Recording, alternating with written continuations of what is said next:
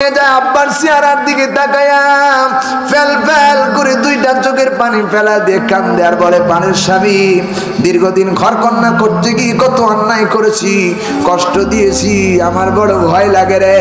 আমার মন বলছে আমি বাঁচবো না রে, আমার বড় ভয় লাগে,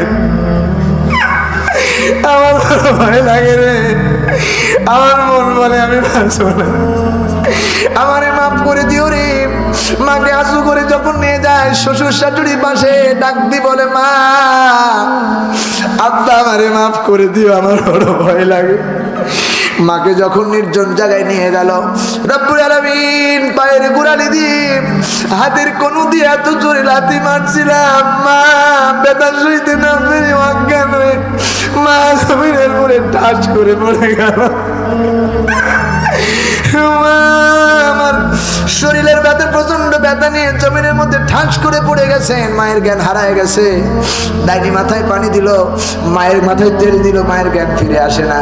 কিছুক্ষণ পর যখন মায়ের জ্ঞান ফিরে আসলো, মা ডাক দিয়ে বলে, ডাইনি মা বিষ কিনে দাও, না হলে গলা টিপে হত্যা করে সইতে পারি না।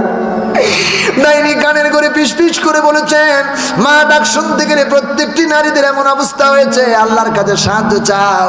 হায় আল্লাহ, প্রচন্ড যন্ত্রণা সহ্য করে সন্তান ডেলিভারি হয়ে গেল। শরীর থেকে বালতিতে ছেড়ে দিলে যেমন রক্তগুলো পানিগুলো বেরিয়ে যায়, মায়ের শরীর থেকে দরদর করে শরীর থেকে রক্তগুলো জমিনে প্রবাহিত হয়ে গেল। হায় আল্লাহ, 2 থেকে 2.5 বছর মায়ের বুকের পরে বসে বসে, কোলের পরে বসে বসে মায়ের বুকের দুধগুলো চুষে খেয়েছিলাম। হায় আল্লাহ, মেথরনি হইয়া সুইপারনি হইয়া মা আমাদেরকে পোশাক পায়খানা সাফ করেছে, একটা দিনও আমাদেরকে থাপ্পড় লাগাই নাই। রব্বুল আলামিন এই মা বাপ যারা দুনিয়ার জগৎ থেকে বিদায় নিয়ে অন্ধকার কবরে চলে গেছে, আল্লাহ মা বাবার কবরখানে তুমি জান্নাতের টুকরা বানাইয়া দাও। মা বাপ যাদের বেঁচে আছেন খায়াত করে দাও, সুখে শান্তি বসবাস করার তৌফিক দাও। আজকের মাহফিল কবুল করে নাও।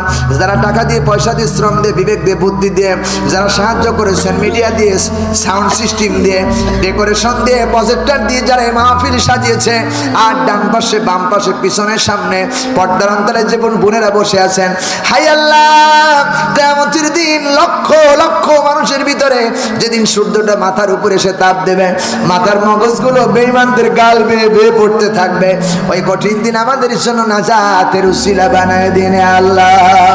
হায় আল্লাহ, আজকের মাহফিল কবুল করো আল্লাহ। 2 দিন যাবত কোরআনে কারীমের মাহফিল, আল্লাহ এই মাহফিলটাকে তুমি আমাদের জন্য নাজাতের উসিলা বানায় দাও। এলাকার যত কবর আছে সব কবরগুলো তুমি মাফ করে দাও।